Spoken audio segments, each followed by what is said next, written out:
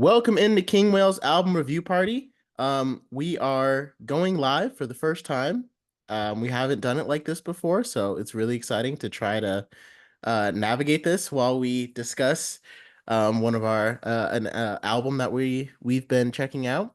So bear with us. This is our first time trying it this way, but I'm gonna try to be able to navigate. So if you have any thoughts on us discussing this album, if you've heard it before or anything like that, feel free to chime in, and we will be able to talk to you guys at the same time. So first of all, how you doing, Ty? How's your life been? How's everything? Everything is great. Now Everything that is great. now that Charlie XCX dropped another album, life is good once more. I should probably specify. So yeah, the album that we are doing today is Charlie XCX's Brat, which, if you know me, you know that this was a different choice for me because I don't really, not that I don't do like electro pop or dance music, but that's not really what I'm known for or what I'm known for listening to. Mhm. So this is kind of unique in that sense. So first, let's just dive right in. So, what did you think about this album? Um, in short, I love it. I this is a generational album. This is easily going to be a contender for my favorite of the year. I can't Oh, imagine okay. much coming out to top this for me. To put it into perspective, for these videos, I'll re-listen to an album, like I'll listen to it and I'll probably listen to it again like once more just to finalize like my thoughts for the purpose of this. I have probably listened to Brat at least 12 times front to back, Wow. if not more. I'm kind of obsessed. I'm What? obsessed with it. And this is what it was like in 2019 when she dropped Charlie. I Uh-huh. was obsessed with that album. I listened to it front to back so many times. All the hits like the singles like 1999 has been permanently ingrained or engraved on my brain, and I Mm-hmm. think this album in many ways could probably top it for me, um of Wow. her own works. Like this is something that I think is really special, and I think it's going to stand the test of time for a very very long time. Because I remember you mentioning that Brat was like not that Charlie almost made it into your top 10 when we did our top 10 albums of all time. Hmm. And so to hear that Brat might have leapfrogged it, that's very interesting. it's it's she's I think she is the best voice in pop. I think she is the best pop artist Okay. out right now. Um, and I think she takes the space and she plays with it so much that it is like I look so forward to everything that she comes out with. Like she knows how to capture a vibe really well. And I think on this album she proves that she can have really really good emotional range from tracks. Hmm. This album almost has whiplash going from tracks that are very personal to then absolute club bangers that you cannot help but dance to. Yeah. You feel And yourself like dancing, like, I just want to rewind.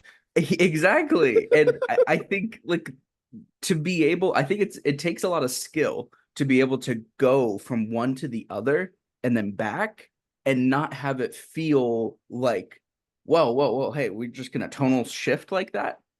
And I think it's because like in some of the instrumentation that she has on some of her more, emotionally peaked songs, I think it still matches to where almost like it took a second or third listen for me to like, oh, is she really talking about this on this track? I just thought this was kind of a bop. And Yeah. and it took listening to it again. It was almost like deceptive, like she snuck it in. Uh, Hmm. but being able to listen to it and catching things on further listens, it really feels like just a master at work. Wow. Wow. So what are some of the standout tracks for you on this master at work of an album? Um, I think the couple that I've been absolutely obsessed with, probably, I mean, the titular, the 360, the opening, the single is really good, along with the other single, Von Dutch. Those are fantastic. I really love Everything is Romantic. So I is one of those emotionally peaked songs. Girl So Confusing, both the original and then the remix that she dropped as a single later with featuring Lord, was really, really good. Hmm. Um, B2B is so catchy. I've had back to back, like she says back so much in that song that it loses all meaning. But the rhythm of back to back is it just like 1999. It is permanently engraved on my brain. Uh-huh. The back to back to back to back. Back to Oh, back. it's Yeah. it's permanently in there. I'm looking at the track list right now, and there's honestly, like, I feel like I could say every one of them. Like, I feel like I Every could single say one. every track. There's not a single one on here that I feel is weak or doesn't belong, or even ones that I would say like, oh, I really didn't care for it. There are some that took a little longer to grow on me, like club classics I didn't love on my very first listen, but I Hmm. have since really grown into. Yeah. So how about you? Do you have any standout tracks that you liked? Well, what are your thoughts? So again, I feel like almost unqualified to talk on this album because I feel like I don't know the genre of electro dance, electro pop well enough to like really give like a thorough opinion. Like, if we're talking about if we're talking about Lupe Fiasco Samurai, which just came out, or Mhm. anything like that, I'll go for hours because that's what I know. And Right. this, definitely had to break out of the comfort zone a little bit. But I know I do like pop, and ever since I got I don't think it's partly from me getting married, but I have like branded into more pop music and pop artists. Like I really Hmm. like Chelsea Cutler. I really like lately Sabrina Carpenter's just been tearing it up, which is Hmm. insane because I've been a fan of her for a while. So like I've ventured out to like more pop artists. And Charlie XCX has a very distinct voice and a distinct style in Hmm. her music. You can even hear it when she does features. I think my favorite feature that she's done was on a song with Ty Dolla Sign that I don't think I can name on this podcast because it's not an explicit podcast. Uh, but I just find the song to be absolutely hilarious. And her in the song, it's her, Ty Dolla Sign, I think Tiana Taylor. So if you look them up, look at your own risk because it's funny, but it's also can't really say it on the podcast. But um, and she still brought her unique style to to his song. And so I think for me on this album, the song I like the most has to be So I. In fact, I was just listening to it before we came on. And So I to me is the best one because I love the emotional depth that she's speaking from, as well as I like a lot of the production that went into it, and it felt kind of more like it was like a ballad, but not really. It was kind of like an electro ballad, if I could say, because it still had the elements of electro pop, but it was kind of Hmm. slowed down, kind of subdued, so we could really understand what she was talking about. And some of the Hmm. lines in there were just incredible. Like you had the power like a lightning strike, like that's a perfect simile, to describe that. Uh, and so many different things that just they hit differently, like they hit differently. I feel like on this song, so this one is a standout for me.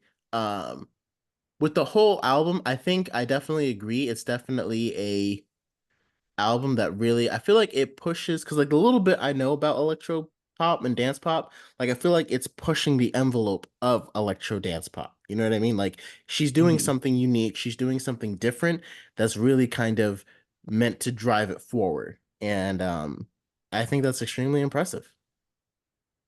Absolutely. I think I think for me in that space, I don't hear as much depth from, like, say, the storytelling of it. It feels more focused on the vibe, and Charlie has her finger on the pulse here. Like she understands the vibe to bring, but there's many tracks that I love for the storytelling that she puts on place. Like in Sympathy is a Knife, you know, she's so self-conscious and jealous over this other woman that it leaves her feeling, at war with herself, to the even to the extreme that she talks about buying a gun and killing herself uh with it lyrically.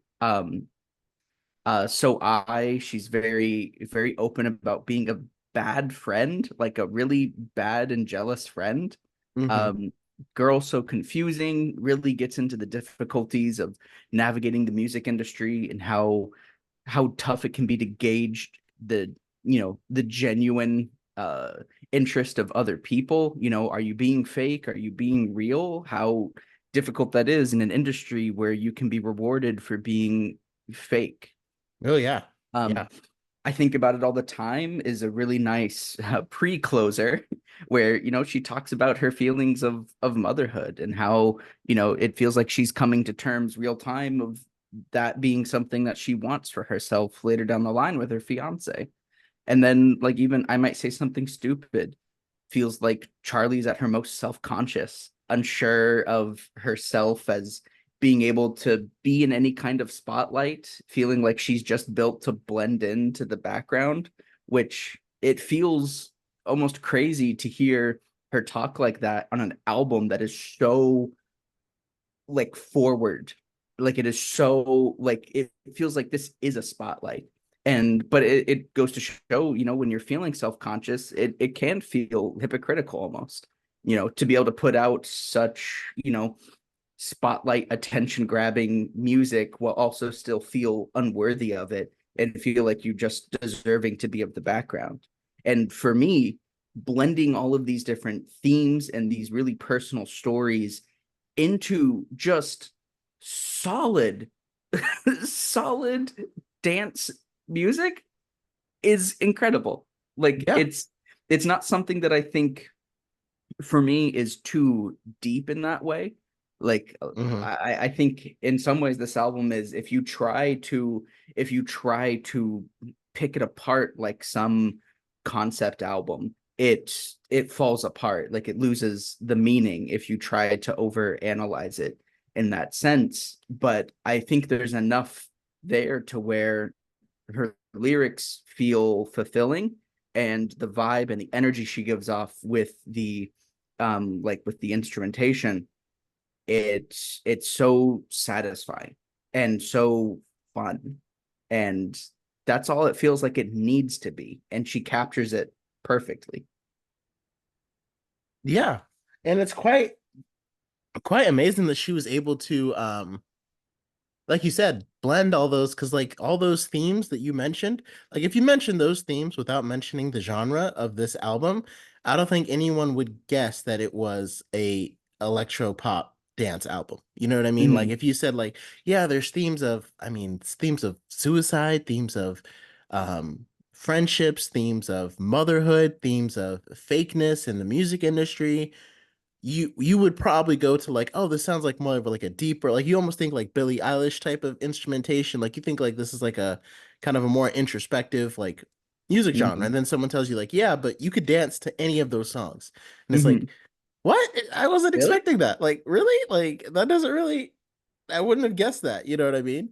Mm-hmm. So I think this is a very powerful explanation of how you can say whatever you need to be said in various different genres. Like, there's not like one genre in order to express the thought that you are thinking or the feelings or the emotions that you're having. So I think that in itself is very powerful.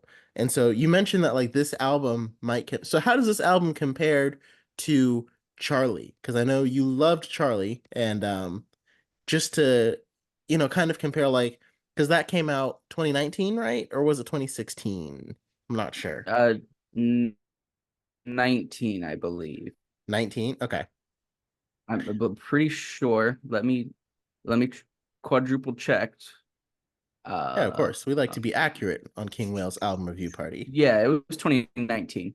2019. Okay. Okay. So Because in how do you 2016, she was still in like her Suckers era. Suckers? Okay.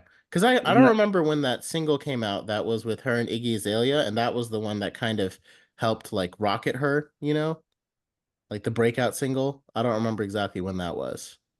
right? Fancy. I don't Yeah, remember when Fancy came out. Let me see, because that was definitely my first introduction. to her. Yeah. Yeah, as a lot of people. Let me see.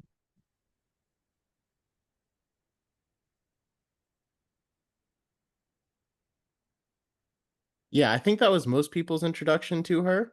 Um, Feels like Iggy Azalea hasn't done anything in a 20, while anyway. But 2014. 2014. Oh wow. Because I remember That's being in high crazy. school. I remember being in high school for it.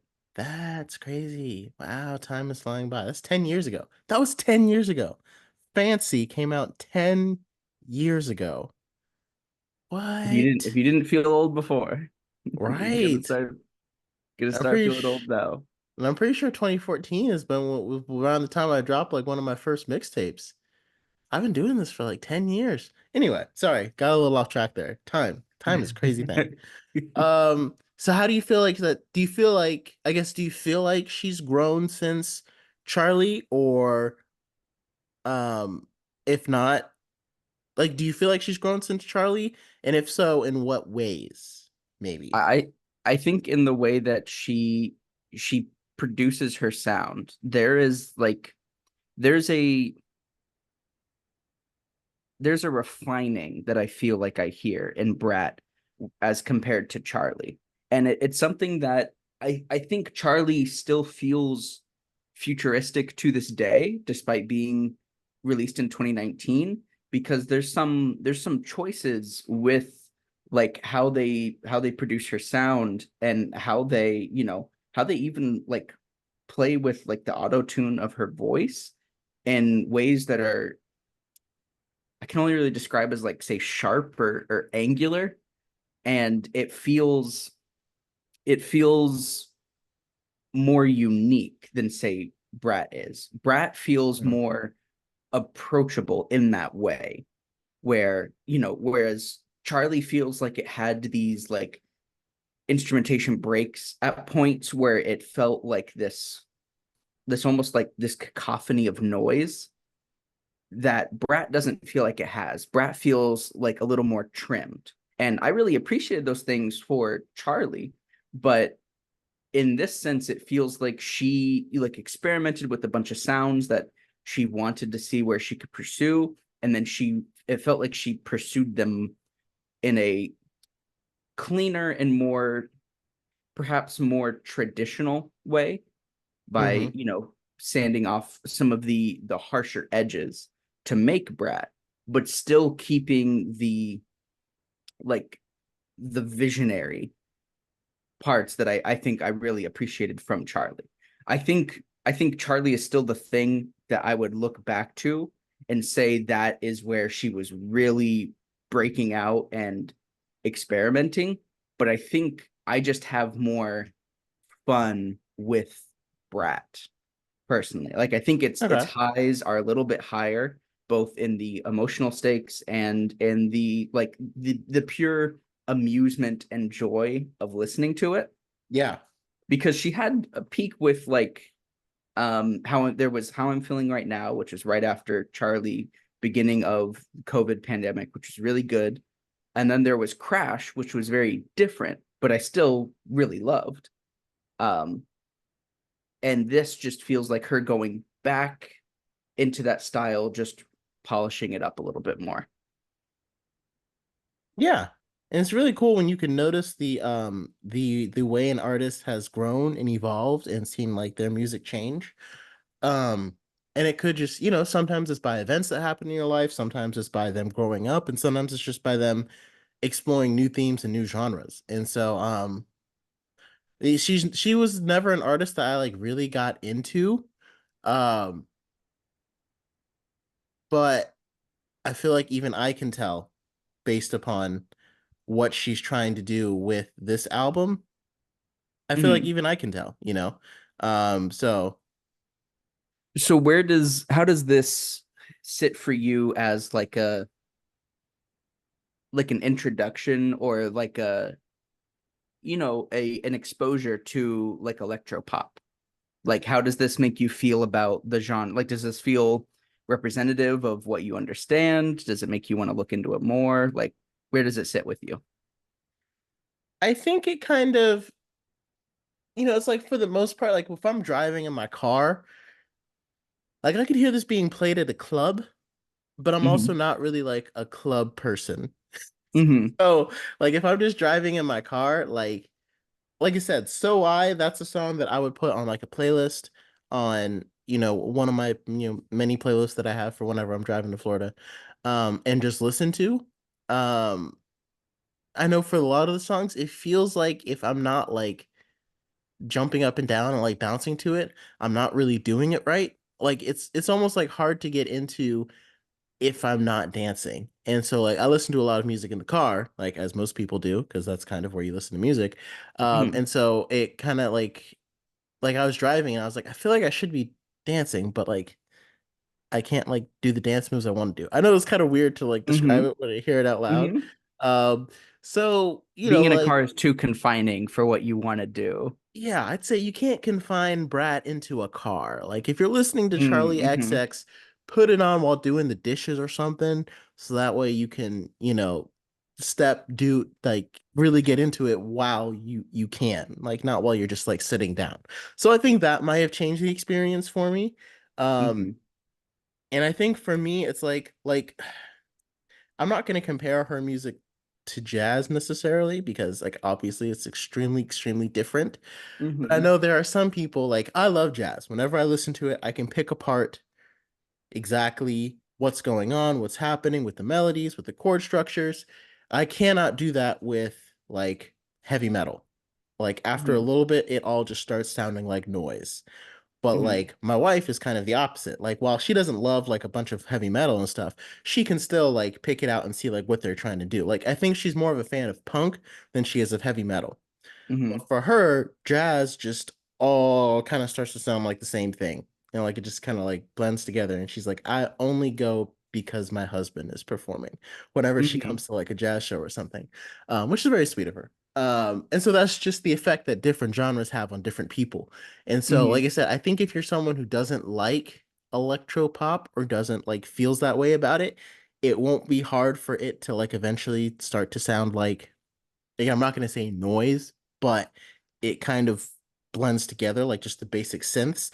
Like I remember when I was listening, I think this reason why I picked So I is because I think So I is one of the most like diverse tracks. It's one of it stood out to me, based Mm-hmm. upon this production, partly because it's a little more subdued. But it was like it blended with the album, but it still was able to stand out. And it was like, oh wow, I'm listening to this song now. Like, oh, this is cool. Like it Mm-hmm. caught my attention in that way because it felt very different from a lot of the other tracks on the album. Mm-hmm. So like, is this gonna get me into electro pop? I think we'll have to see. The jury jury's still out on that. I need to listen to this a couple more times. I feel like I need to listen to some other of Charlie X XCX's projects because I've Mm-hmm. listened to there was one song that she had that I really liked. I'm trying to remember what album it's from, but it was her track Gone. And I From think it's Charlie. from yeah, from Charlie. Was it Mhm. from Charlie the album? Yes. It was Okay. the second track. Yeah.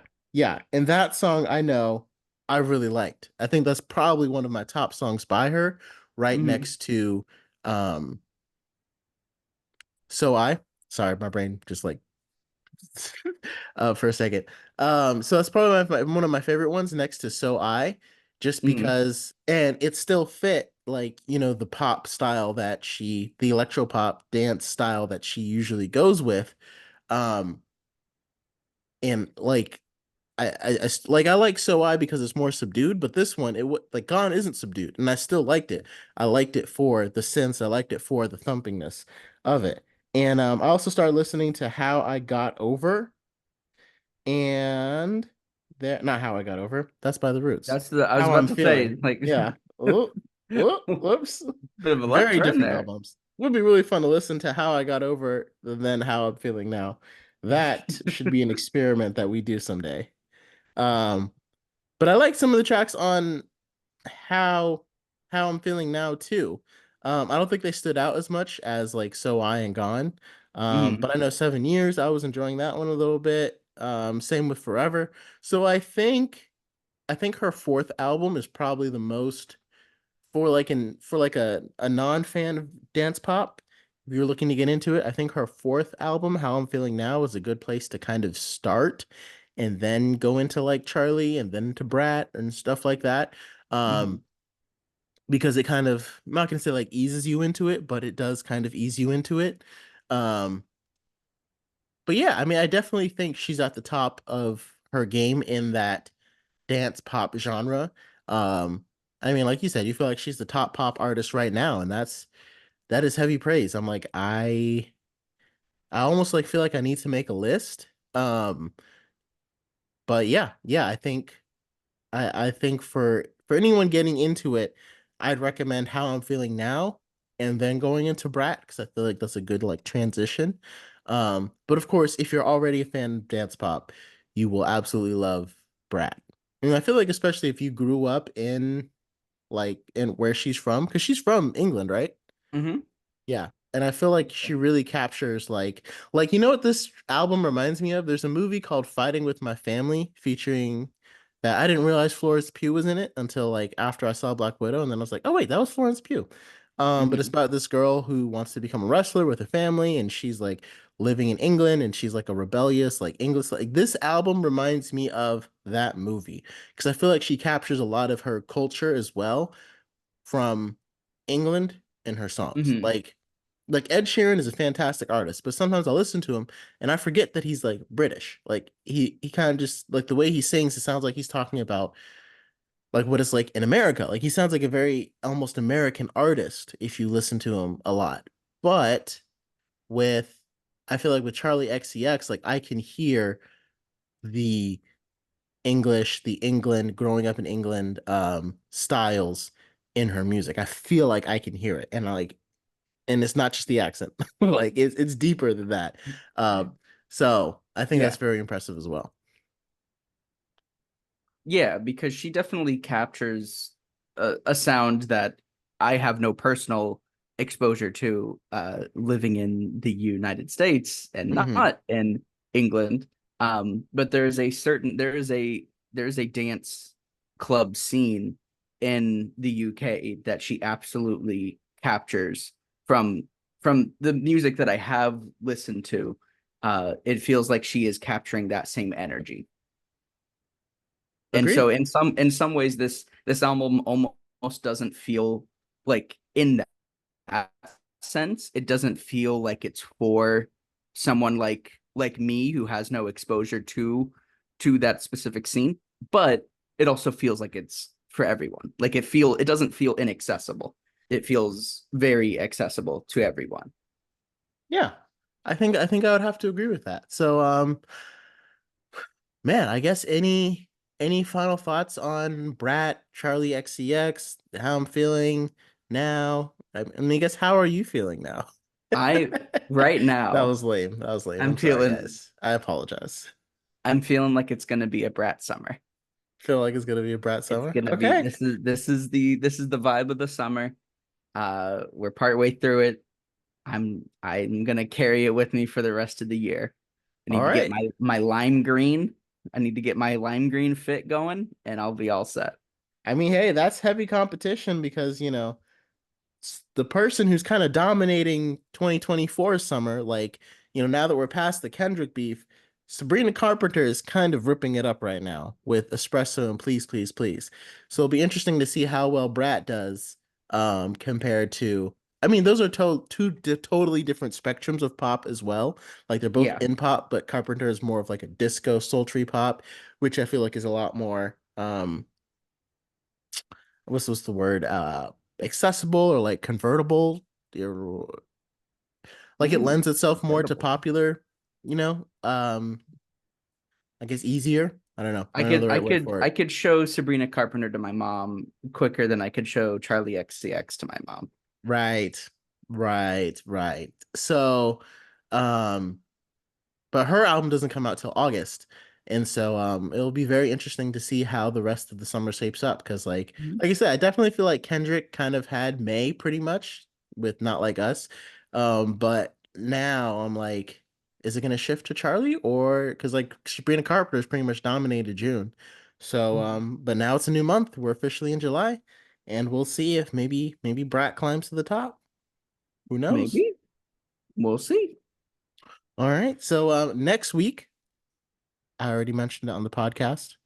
We are definitely going to cover Samurai by Lupe Fiasco coming next week. Because how could we not? I mean, how could we not? And How I could also we? just there was another album that just came out that I thought we should cover. Oh, Childish Gambino, Donald Glover came out with Out of Vista, and then he's Mhm. coming out with another album in August.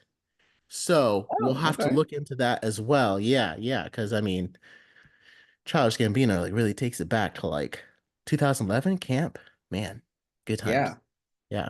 So, but next week we're going to be covering Samurai by Lupe Fiasco. So if you haven't heard it yet, it just dropped last week.